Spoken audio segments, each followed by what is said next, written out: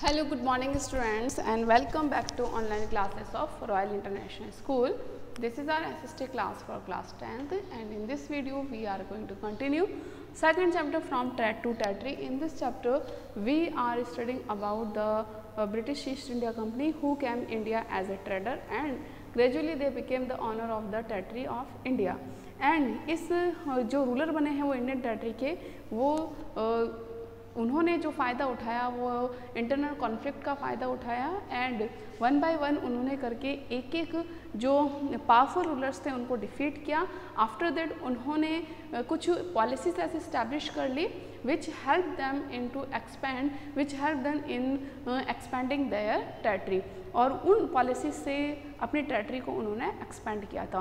तो पहले तो उन्होंने वॉर पॉलिसी अडॉप्ट की थी by defeating the Indian rulers. जो पावरफुल रूलर्स थे उनको इन्होंने डिफीट किया. डिफीट करने के बाद में उनके टेरिटरी पर कैप्चर किया, कब्जा किया और जब पावरफुल रूलर्स ख़त्म होने लगे और जो छोटे छोटे स्मॉल रूलर्स थे या प्रिंसली स्टेट्स थे उनके साथ में इन्होंने कुछ पॉलिसीज़ बनाई, कुछ आलियंस की, कुछ ट्रीटीज़ इस्टेब्लिश की और उन ट्रीटी से इन्होंने उनके टेरिटरी को भी एनेक्स कर लिया था. तो ऐसी ही एक ट्रीटी थी, ऐसे ही आलियंस था सब्सिडायरी आलियंस. तो आज का हमारा जो टॉपिक है वो है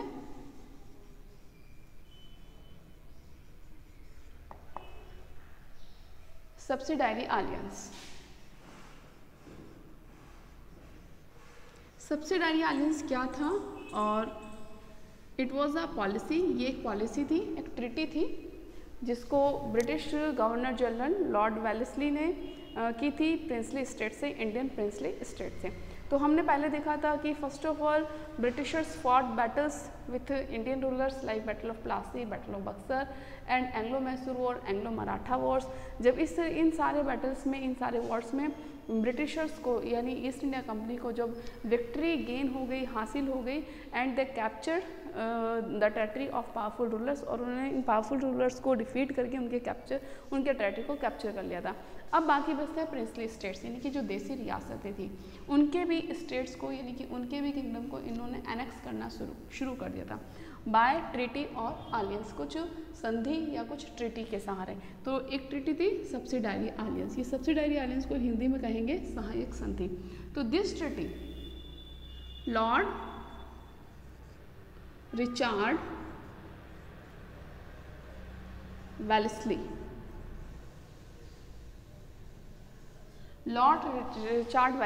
ये जो लॉर्ड रिचार्ड वेलेस्ली थे was the governor of east India company from, ये गवर्नर बने थे ईस्ट इंडिया कंपनी के 1798 से लेकर के 1805 तक. एंड ही इंट्रोड्यूस्ड, इन्होंने ही इंट्रोड्यूस्ड किया था, इंट्रोड्यूस्ड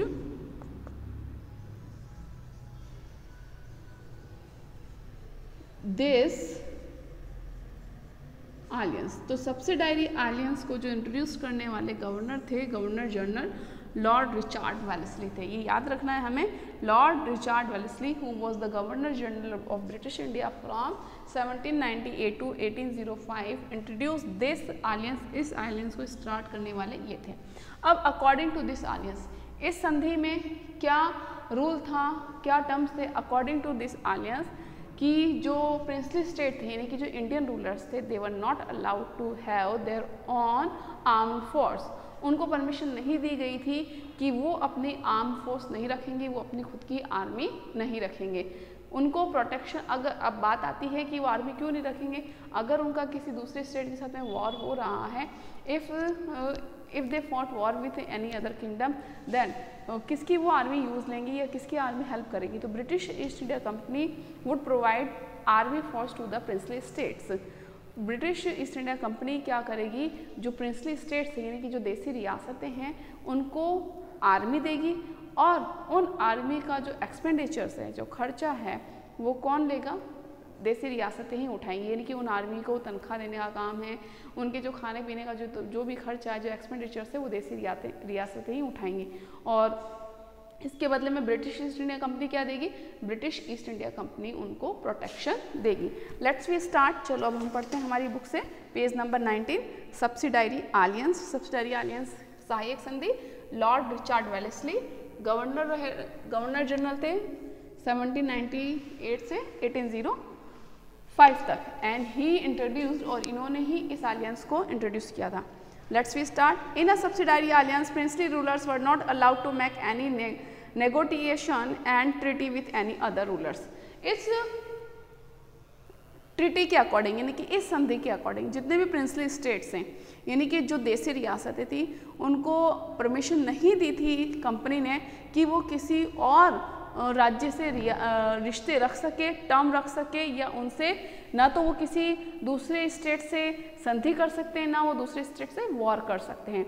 यानी कि ना तो वो किसी अदर स्टेट से वॉर करेंगे, ना वो किसी अदर स्टेट से क्या करेंगे, ट्रीटी करेंगे। According to this alliance they were also not allowed to have an independent arm. मैंने आपको ये भी कहा था कि अकॉर्डिंग टू दिस ट्रीटी, इस ट्रीटी के according to this alliance, princely states were not allowed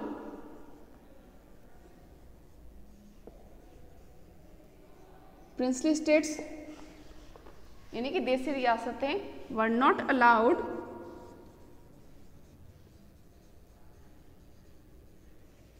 to have independent armed force,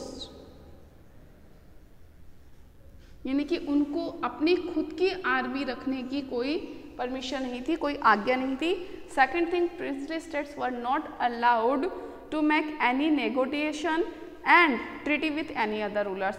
दूसरी बात, प्रिंसली स्टेट्स को अलाउ नहीं था कि किसी अदर रूलर से वॉर कर सके या उनके साथ में किसी तरीके का कोई ट्रीटी या टर्म रख सके। Second thing, they were not allowed to have independent arm force, और उनको खुद को अपनी आर्मी रखने की भी परमिशन नहीं थी। They were to be protected by the East India Company. लेकिन अब बात आती है कि अगर आर्मी नहीं रखेंगे तो उनके किंगडम की, उनके स्टेट्स की प्रोटेक्शन कैसे होगी। This protection would be provided by the British East India company, यानी कि उनको आर्म फोर्स जो प्रोवाइड करवाएगी वो ब्रिटिश ईस्ट इंडिया कंपनी करवाएगी। They were to be protected in princely states की जो प्रोटेक्शन करेगा वो किसकी आर्मी करेगी, British East India Company, but they had to pay for the subsidiary force. लेकिन इसके लिए उनको, प्रिंसली स्टेट्स को, आर्मी की हेल्प कौन दे रहा है, ब्रिटिश ईस्ट इंडिया कंपनी दे रही है, यानी कि आर्म फोर्स की हेल्प कौन दे रहा है। अगर उनके ऊपर कोई और, जैसे इसमें क्या था, इस ट्रीटी के अकॉर्डिंग कोई भी प्रिंसली स्टेट जो ब्रिटिशर्स के साथ में इस ट्रीटी पर साइन करेगा, लाइक कोई princely state British East India company के साथ में इस ट्रीटी पर साइन कर रहा है, it means Britishers provide them arm force, तो ब्रिटिशर्स उनको क्या देंगे, आर्मी प्रोवाइड कराएंगे। अगर उस प्रिंसली स्टेट पर कोई अदर स्टेट अटैक कर देता है तो ठीक है, लेकिन उस जो आर्म फोर्स ब्रिटिशर्स ने उनको प्रोवाइड करवाए रखी है, उसके लिए उस प्रिंसली स्टेट को पे करना पड़ेगा, पैसा देना पड़ेगा ब्रिटिश ईस्ट इंडिया कंपनी को। सपोज करो कि भाई दो प्रिंसली स्टेट्स हैं, ठीक है, एक अवध मान लो, ठीक है, और एक हैदराबाद मान लो, ये प्रिंसली स्टेट्स है, ये रियासत हैं। अगर अवध ने ब्रिटिशर से इस अलायंस के तहत, यानी कि समझौता अगर कर लिया, ये ट्रीटी अगर कर लिए, तो अवध पर अगर अटैक होता है अगर किसी और रियासत से, तो अवध की प्रोटेक्शन कौन करेगा, ब्रिटिश ईस्ट इंडिया कंपनी अपनी आर्मी को भेजकर उसकी प्रोटेक्शन करेगी। लेकिन अवध को, उसके लिए ब्रिटिशर्स को क्या पे करना पड़ेगा, उसके खर्चे, ब्रिटिशर्स के जो खर्चे, ब्रिटिश आर्मी के जो खर्चे, वो जो प्रिंसली स्टेट्स हैं जो प्रोटेक्शन ले रही हैं उसको पे करना पड़ेगा। समझ में आ गया। तो they were not allowed to have an independent arm force, उनको खुद की आर्मी रखना तो अलाउ नहीं था, लेकिन उनको प्रोटेक्शन कौन प्रोवाइड करेगा, but they were to be protected by the East India Company but had to pay for subsidiary forces that the company was to maintain for protection। लेकिन कंपनी ने जो प्रोटेक्शन के लिए जो आर्मी फोर्स उनको दी है उसके लिए उनको क्या देना पड़ेगा, पैसा देना पड़ेगा, उनको पे करना पड़ेगा। If Indian rulers fail to make the payment, और अगर इंडियन रूलर्स उसको पे नहीं कर पा रहे हैं, यानी कि उनके आर्मी का खर्चा वो पे नहीं कर पा रहे हैं, एबल नहीं है, तो उसकी टेरिटरी जो होगी वो एनेक्स कर ली जाएगी by the British East India Company. तो if Indian rulers fail to make the payment, अगर वो पेमेंट नहीं कर पा रहे हैं पार्ट ऑफ दैट टेरिटरी, तो उनकी टेरिटरी का, यानी कि उनके किंगडम का जो पार्ट है, was taken away as penalty, तो फाइन के फॉर्म में, यानी कि उन्होंने अगर पैसा नहीं चुकाया तो उसके ऊपर फाइन लगेगा, तो फाइन के फॉर्म में, पेनल्टी के फॉर्म में उनका टेरिटरी जो है, उनका जो राज्य है वो किसके अंडर में आएगा? ब्रिटिश ईस्ट इंडिया कंपनी के। तो थे ना ब्रिटिशर्स बड़े चालाक कि जो पहले जो मेजर रूलर्स थे, यानी कि जो इम्पॉर्टेंट या पावरफुल रूलर्स थे, उनको तो वॉर से उन्होंने हरा दिया, यानी कि टीपू सुल्तान को हरा दिया, मराठास को हरा दिया जो कि पावरफुल थे। बाद में बसते हैं प्रिंसली स्टेट्स, उनको इन्होंने उनके किंगडम्स को, उनके टेरिटरी को एनेक्स कर लिया by the alliance, by the treaty, यानी कि किसी ना किसी पॉलिसी के तहत उनको अपने कब्जे में ले लिया था। तो सब्सिडायरी आलियंस किसने स्टार्ट किया था? लॉर्ड रिचर्ड वेलेस्ली ने। Okay, according to this treaty princely states were not allowed to have their independent states, they were to be protected. लेकिन इनको प्रोटेक्शन कौन देगा? British East India Company. And as a result in the return of this, इसके बदले में princely states had to pay payment, उनको payment देना पड़ेगा। If any princely states fail to pay, अगर वो पे करने में फेल हो जाता है, देन देयर टेरिटरी, उनकी जो टेरिटरी है, उनका जो एरिया है वो एनेक्स कर लिया जाएगा, कैप्चर कर लिया जाएगा ब्रिटिश ईस्ट इंडिया कंपनी की। तो इस तरीके से धीरे धीरे कंपनी अपना किंगडम क्या है वो फैला रही थी। For example, the nawab of Awadh was forced to give over half of his territory to the company in 1801। इसी तरीके से जो अवध का नवाब था उस पर दबाव डाला गया कि उसने अपनी टेरिटरी का आधा हिस्सा कंपनी को दे दिया था 1801 में, because he had to fail payment, क्योंकि वो पेमेंट करने में फेल हो चुका था। Reason provided by the British officer was maladministration. Hyderabad was also force to cede, यहाँ पर सेड लिखा है SED, सीड का मतलब होता है सौंपना, यानी कि हैदराबाद को भी फोर्स किया गया था कि वो सौंप दे, यानी कि हैंड ओवर कर दे टेरिटरीज ऑन सिमिलर ग्राउंड, यानी कि इसी ग्राउंड पर कि हैदराबाद के जो नवाब थे वो भी ब्रिटिशर्स को पे करने में, यानी कि उनकी आर्म फोर्स के बदले पे करने में वो फेल हो गए थे। Then they were also force to cede to hand over territory. By the late the 18th century the power of Maratha power, हमने ये भी पढ़ा है कि पावर ऑफ मराठा एम्पायर जो है वो ख़त्म हो चुका था। एंड द इंडियन सब कॉन्टिनेंट, अब जो इंडियन सब कॉन्टिनेंट है, यानी कि जो हमारा कंट्री जो भारत है, was left with a great number of state most small and weak. अब हमारा आफ्टर मराठास डिफीट के बाद में इंडिया में बहुत सारे स्मॉल और वीक स्टेट्स ही बाकी रह गए थे, छोटे छोटे, क्योंकि बड़ा किंगडम्स को सबको इन लोगों ने हरा दिया था। And britisher annex that territory, और उनकी टेरिटरी को एनेक्स कर लिया था, कब्जे में कर लिया था। नाउ इन इंडिया, अब इंडिया में क्या बचा था? Only small and weak states बचे थे। Many rulers accepted the offer of the protection by Wellesley, और बहुत सारे रूलर्स ने लॉर्ड वेलेस्ली के ऑफर्स को, सब्सिडायरी आलियंस को एक्सेप्ट कर लिया था, क्योंकि बहुत सारे स्मॉल रूलर्स थे, स्मॉल किंगडम्स थे, छोटे छोटे किंगडम थे, और वो आपस में लड़ रहे थे। और उनको क्या कहा था वेलेस्ली ने कि हम आपकी प्रोटेक्शन करेंगे, ठीक है, कोई अगर आप पर अटैक करता है तो we will provide you arm force, हम लोग आपको आर्मी वाली हेल्प देंगे, but in return of this you have to pay us, इसके बदले में आपको हमें पे करना पड़ेगा। सेकंड थिंग ये भी कहा था, अगर आप पे करने में फेल हो जाओगे then your territory will be captured by East India Company. ऐसा इस सब्सिडायरी आलियंस के अकॉर्डिंग था। The alliance was forced upon rulers so that territories could be annexed by the britisher.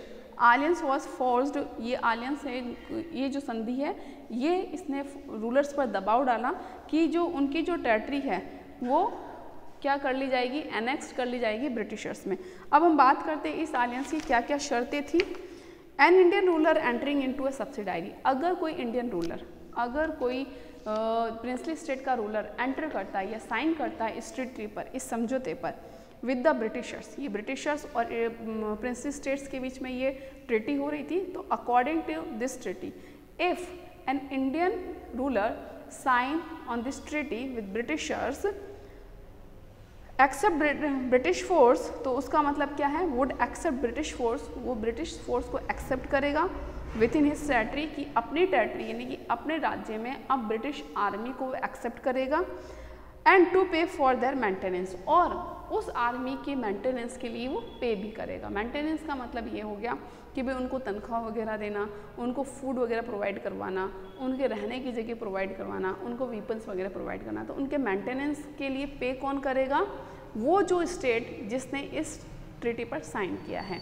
तो according to this treaty, according if an Indian ruler, अगर कोई एक Indian ruler sign करता है on this treaty with the britishers would accept British force in his territory, तो अपनी territory में, अपने किंगडम में, अपने राज्य में ब्रिटिश फोर्स को अलाउ कर देगा, यानी कि उसके क्षेत्र में, उसके एरिया में ब्रिटिश आर्मी रहेंगी and he had to pay for their maintenance, और उनके मेंटेनेंस के लिए उसको पैसा भी देना पड़ेगा। The rulers would accept a British official in his state. Second thing एक ये थी कि रेजिडेंट यानी कि एक अधिकारी कि उनके दरबार में, कि जो प्रिंसली स्टेट है यानी कि वो रूलर जिसने इस ट्रीटी पर साइन किया है उसके दरबार में एक रेजिडेंट यानी कि एक ब्रिटिश अधिकारी भी होगा, और वो ब्रिटिश अधिकारी व्हेनेवर वो उसको सलाह भी दे सकता है इन हिज ऑफिशियल वर्क, यानी कि वो जो रेजिडेंट पोस्ट होगी उसके दरबार में तो उसको एडवाइस भी देगा। The rulers who entered into a subsidiary alliance would not join any alliance. Second thing ये है कि अगर किसी इंडियन रूलर ने सब्सिडारी अलायंस पर साइन कर लिया है तो वो किसी और अलायंस यानी किसी और स्टेट के साथ में कोई ट्रीटी नहीं कर सकता। The rulers who entered into a subsidiary alliance would not join any treaty with any other power और declare war against any power without the permission of the British. यानी कि अगर कोई भी इंडियन रूलर सब्सिडारी अलायंस पर sign कर लेता है then he was not allowed to do war with any other state, ना तो वो किसी स्टेट के साथ में वॉर कर सकता है, and he was not allowed to sign any treaty with any other state, ना वो किसी दूसरी स्टेट के साथ में कोई संधि कर सकता है, ना कोई समझौता कर सकता है without the permission of British East India company, British East India company के मर्जी के बिना। तो 3 रूल्स क्या क्या हुए। पहला रूल तो ये था कि जो रूलर, जो किंग इस ट्रीटी पर अगर साइन कर लेगा तो वो एक्सेप्ट कर लेगा British force in his territory, यानी कि ब्रिटिश आर्मी उसकी टेरिटरी में रहेगी, उसके किंगडम में रहेंगी, और उस आर्मी के मेंटेनेंस का खर्चे के लिए एक्सपेंडिचर कौन उठाएगा उसका बर्डन, वो जो रूलर जिसने साइन किया। सेकंड थिंग ये पढ़ी थी हमने कि भाई एक रेजिडेंट यानी कि एक ऑफिसर जो होगा वो उसके दरबार में रहेगा तो वो एक्सेप्ट करेगा, he would accept British resident in his state, कि वो जो रूलर जिसने इस ट्रीटी पर साइन किया है, the ruler who sign this treaty would accept resident in his state, कि अपने स्टेट में, अपने दरबार में ब्रिटिश रेजिडेंट को एक्सेप्ट करेगा, यानी कि ब्रिटिश रेजिडेंट उसके दरबार में रहेगा, यानी ब्रिटिश एक अधिकारी। थर्ड थिंग हमने ये देखी, जो रूलर इस पे साइन करेगा, the ruler who sign the British subsidiary alliance would not allowed to sign a treaty and would not allowed to fight war with other states, वो किसी दूसरे स्टेट के साथ ना तो वॉर लड़ सकता है और ना ही वो ट्रीटी कर सकता है without the permission of British East India company. Fourth जो रूल था वो ये था, the ruler would dismiss any European other than the British and avoid employing new one. ये था कि ब्रिटिशर्स जिसने भी सब्सिडारी अलायंस को साइन किया है इस ट्रीटी को, वो रूलर जो यूरोपियन, दूसरे यूरोपियन जैसे कि फ्रांस वगैरह थे, उनको हटा देगा अपनी टेरिटरी से, और किसी भी अधिकारी यूरोपियन मतलब ब्रिटिश ईस्ट इंडिया कंपनी के अलावा किसी और अधिकारी को वो अपॉइंट नहीं करेगा। The ruler would dismiss any Europeans other than the British, यानी कि ब्रिटिश के अलावा अगर कोई दूसरे यूरोपियंस उनके एरिया में ट्रेड वगैरह करने आते हैं तो वो उसको डिसमिस कर देगा और अवॉइड एम्प्लॉइंग न्यू वन, और अगर कोई नए एम्प्लॉय को नियुक्त करता है, वो अपॉइंट करता है तो उसको भी वो मना कर देगा। The rulers would let the British rule on any conflict with any other state. तो ब्रिटिश रूलर, जो रूलर जिसने इस ट्रीटी पर साइन किया है, would let the British rule on any conflict with any other, कि ब्रिटिश जो है वो किसी और अदर स्टेट के साथ में वॉर कर सकते हैं, वो ये लोग करने देंगे। The rulers would acknowledge the East India Company as the paramount power in India. The rulers would have his state be protected by the company for external dangers and internal disorder. Rulers जो है जिन्होंने इस treaty पर sign की है वो company से protection लेंगे, ठीक है, अपना प्रोटेक्शन जो करेगा, उनका जो आर्मी प्रोटेक्शन लेंगे वो ब्रिटिशर्स से लेंगे, वो फ्रॉम एक्सटर्नल और इंटरनल डिसऑर्डर के लिए।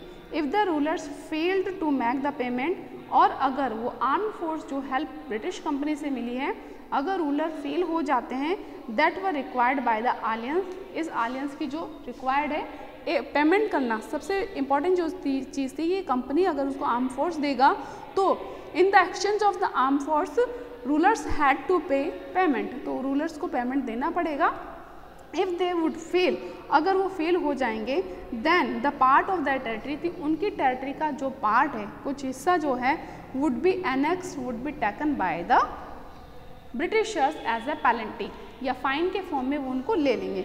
अब हम बात करते हैं annexation of territory. Annexation of territory ये जो टॉपिक है हम कल डिस्कस करेंगे। तो आज हमने जो एक अलायंस पढ़ा था सब्सिडारी अलायंस, समझ में आ गया होगा आपको। सब्सिडारी अलायंस किसने स्टार्ट किया था? लॉर्ड रिचार्ड वेलेस्ली में। मोटे तौर पर मैं एक सिंपल तरीके से मैं आपको बता देती हूँ, ये अलायंस जो है, इस अलायंस के अकॉर्डिंग कि जो प्रिंसली स्टेट्स होते थे वो अगर किसी से वॉर करेंगे या अगर वो किसी दूसरे स्टेट से कोई ट्रीटी समझौता करेंगे तो उसके लिए उनको ब्रिटिश ईस्ट इंडिया कंपनी से परमिशन लेनी पड़ेगी। एक चीज़ तो ये थी। दूसरी चीज़, इस ट्रीटी के अकॉर्डिंग जो प्रिंसली स्टेट है उनके स्टेट में, उनके दरबार में एक ब्रिटिश अधिकारी होगा, ब्रिटिश रेजिडेंट होगा, and that resident would take part in the discussion, वो इंटरनल डिस्कशन में पार्ट भी लेगा। जो मेन चीज़ थी वो ये थी कि प्रिंसली स्टेट्स को अलाउ नहीं किया था वो खुद की आर्मी रखे, वो खुद की आर्मी रखे। इस ट्रीटी के अकॉर्डिंग ये अलाउ नहीं था, इंडिपेंडेंट आर्मी रखना उनको अलाउ नहीं था।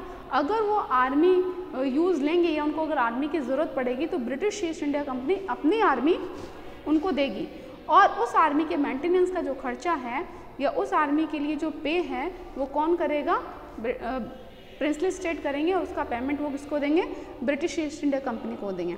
अगर वो पे करने में फेल हो जाते हैं तो the part of that territory, तो उनकी टेरिटरी का कुछ पार्ट पर किसका कब्जा हो जाएगा? ब्रिटिश ईस्ट इंडिया कंपनी का कब्जा हो जाएगा। तो इस तरीके से धीरे धीरे वो क्या कर रहे थे, तो by this gradually they were tried to expand their power and expand their territory in India. इस तरीके से वो अपना किंगडम धीरे धीरे बढ़ा रहे थे। पहले तो उन्होंने बंगाल के नवाब को हराया in the battle of Plassey, battle of Buxar, और तो फिर उन्होंने ईस्टर्न इंडिया पर कब्जा कर लिया। फिर आते वो साउथर्न इंडिया में, मैसूर में उन्होंने कब्जा किया आफ्टर डिफीटिंग टीपू सुल्तान। टीपू सुल्तान के बाद में जो पावरफुल बचे थे वो सिर्फ मराठास ही बचे थे, और उनका किंगडम भी काफ़ी बड़ा था। और मराठास के कॉन्फ्लिक्ट, जो इंटरनल कॉन्फ्लिक्ट था, उनका फ़ायदा उन्होंने उठाया, and they defeated Marathas in the Anglo Maratha war. 3 battles हुए थे, and after defeating Marathas they also captured the Maratha kingdom. अब उन्होंने पॉलिसीज यानी कि अलायंस के थ्रू ब्रिटिश इंडियन किंगडम को एनेक्स करना शुरू कर दिया था। अंडरस्टूड। अब हमारा जो नेक्स्ट टॉपिक बचेगा एनेक्शन ऑफ टेरिटरीज, कि किस तरीके से उन्होंने धीरे धीरे टेरिटरीज को एनेक्स करना शुरू किया। पहले सिंध को, पंजाब को, अवध, इस तरीके से जो छोटे छोटे एरियाज था इनको उन्होंने कब्जा करना शुरू किया था। और कुछ और भी पॉलिसी है, डॉक्ट्रिन ऑफ लैप्स वाली पॉलिसी है, ये हम लोग हमारे नेक्स्ट पीरियड में, नेक्स्ट वीडियो में डिस्कस करेंगे। I hope you are understanding very well the video. Please like the video and subscribe the channel. Till then, bye bye, stay home and stay safe.